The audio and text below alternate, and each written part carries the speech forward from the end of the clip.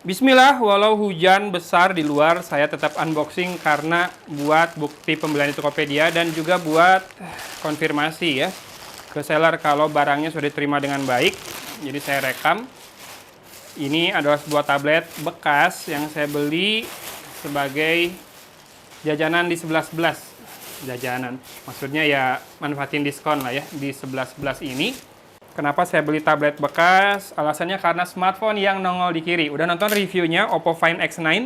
Betul, jadi dia punya interconnectivity dengan tablet dan juga MacBook. Nah, si tablet ini rencananya pengen saya jajal buat edit video.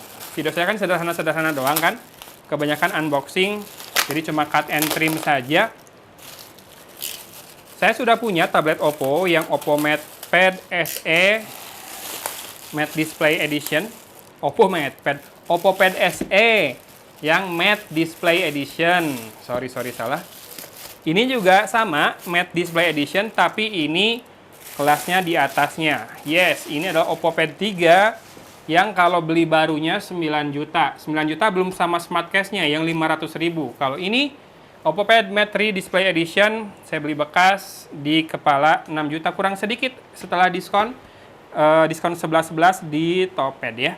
Teman-teman yang tertarik dengan tablet ini boleh cek produk yang muncul di video ini, produk yang barunya. Tadinya saya berpikiran buat beli Oppo Pad 2 yang pakai MediaTek Dimensity 9000, taunya setelah saya browsing MediaTek 8350 yang dipakai di Oppo Pad 3 ini malah secara performa lebih tinggi ya. Ini tabletnya made in China. Seperti ini penampakan back covernya, brush metal seperti pola cakram. Kemudian, yes, kalau kamu lihat kayaknya rasio tabletnya ini kurang memanjang ya, lebih ke tinggi. Oppo Pad 2 juga sama, rasionya 7:5 si layarnya, jadi lebih enak buat baca dibanding buat nonton. Seperti ini dia penampakan sisi atasnya, ada, ini kayaknya buat Oppo Pencil ya, buat nempelin Oppo Pencil di atas ada sedikit daerah yang mungkin bisa ngecas Oppo Pencilnya langsung. Di sini ada, kok wangi ini ya, wangi lagi unboxing tiba-tiba wangi talak, kayaknya pengharum ruangan saya baru kerasa wanginya, aneh ya. Di sini ada mikrofon, kemudian volume rocker. Di sisi kiri ada tombol power, kemudian 2 set speaker grill.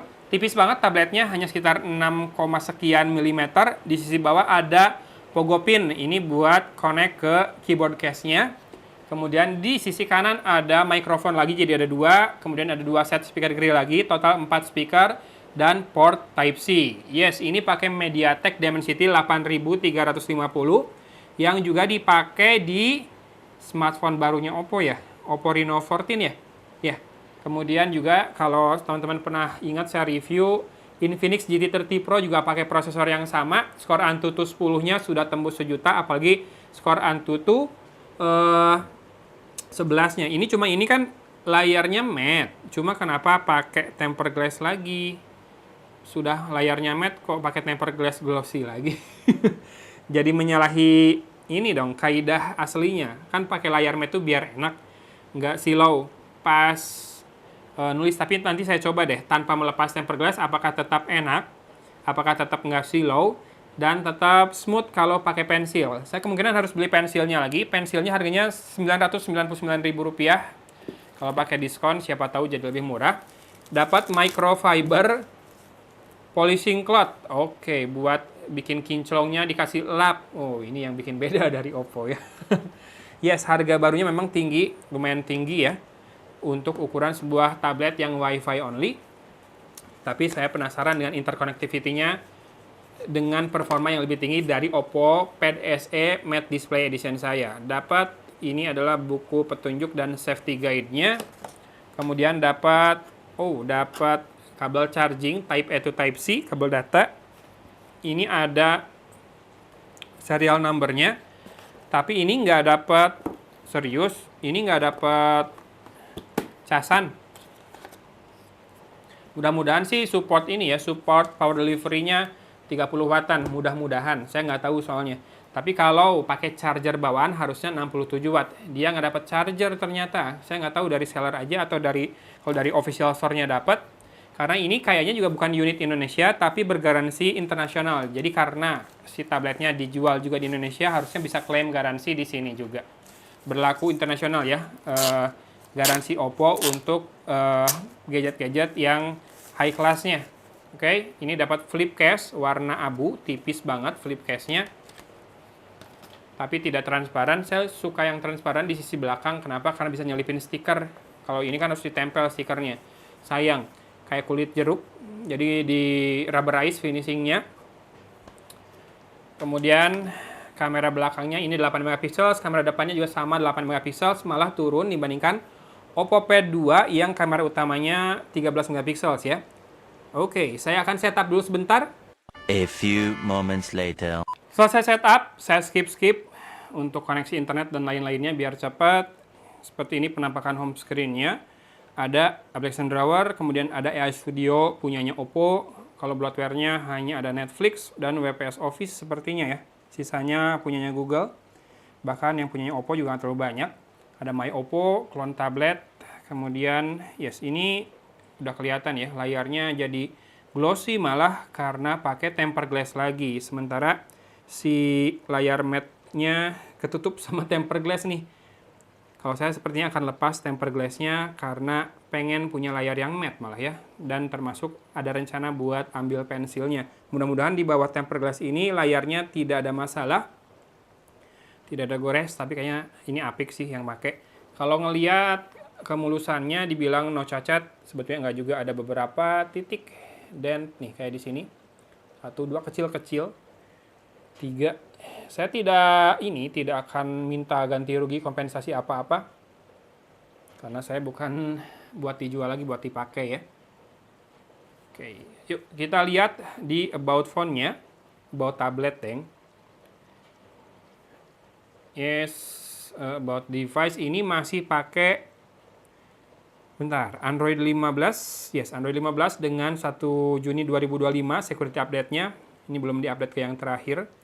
ColorOS-nya juga ColorOS 15. Baterainya 9520 mAh, MediaTek Dimensity 8350. Nah, ini nih buat teman-teman yang nanyain terus, tablet Core RAM-nya 4 GB, ini 8 GB, tapi harganya juga nggak main-main kan. Kemudian kamera depan belakang 8 megapiksel, storage-nya 256. Kalau nggak salah juga ada yang storage 128, tapi yang 128 itu UFS 3.1, yang 256 UFS 4.0 ya. Layarnya 11,61 inci dan yes, rasionya teman-teman bisa lihat tidak terlalu memanjang, agak mengotak ya. Tadi ada, ini layarnya IPS 144 Hz kalau nggak salah, kita akan cek aja di sini. Refresh rate-nya auto select, tapi maksimal memang 144 Hz ya. Jadi mudah-mudahan enak nih buat baca, buat nonton, dan buat ngedit. Kemudian apakah bisa kalau mau split screen dan lain-lain? Oh, harus dari atas. Wih, langsung ada garisnya. Dan ke split, tinggal pilih mau split screen-nya sama aplikasi apa. Buat notes, buat coret-coret juga ada punyanya Oppo. Bisa digeser-geser. Kalau mau bikin jadi floating window, kayaknya dari sini. Expand full screen dan close app. Switch app ini buat ganti. Floating window saya belum tahu caranya. Oh, ditarik aja. Tuh, jadi floating window kayak gini. Sangat mungkin karena di smartphone-nya aja bisa kayak gitu ya. Ketika saya balas WhatsApp dari notif, maka WhatsApp itu dalam floating window kayak gini di Oppo Find X9 ini. Jadi buat pemakaiannya split screen, floating window sudah bisa. Apakah ada PC mode? Sepertinya tidak. Tapi ini sudah USB 3.2 ya. Jadi kalau dicolokin ke monitor harusnya bisa buat extend. Jadi untuk saat ini unboxing aja dulu buat bukti pembelian. Masih lumayan mulus. Tinggal saya mau ngetes untuk pensilnya. Pakai pensil Motorola apakah dia bisa. Kalau nggak bisa ya mungkin saya jajan Oppo Pencil 2 ya buat Oppo Pad 3 ini mah. Oke, cukup berbeda desainnya. Jadi masih serba membulat. Tepian bodinya, sudut-sudutnya aman lah, tidak akan menggores ke kulit. Pastinya sudah auto wake dan lock ya dengan menutup lid. Oh, tipis banget, ini enak buat dibawa. Jadi izinkan saya main-main dulu dengan mainan baru saya, termasuk dengan interconnectivity-nya ke Oppo Find X9 dan juga MacBook ya. Nanti pokoknya saya update di Instagram deh. Belum tentu akan ada video reviewnya sekali lagi. Tapi kalau mau ngecek produk-produk yang muncul di video ini atau di link di deskripsi juga boleh. Saya harus jemput anak sekolah dulu, jadi udahan dulu unboxingnya. Hatur nuhun dari Kota Cimahi, Agun pamit undur diri. Wassalamualaikum warahmatullahi wabarakatuh. Tuh, udah jamnya.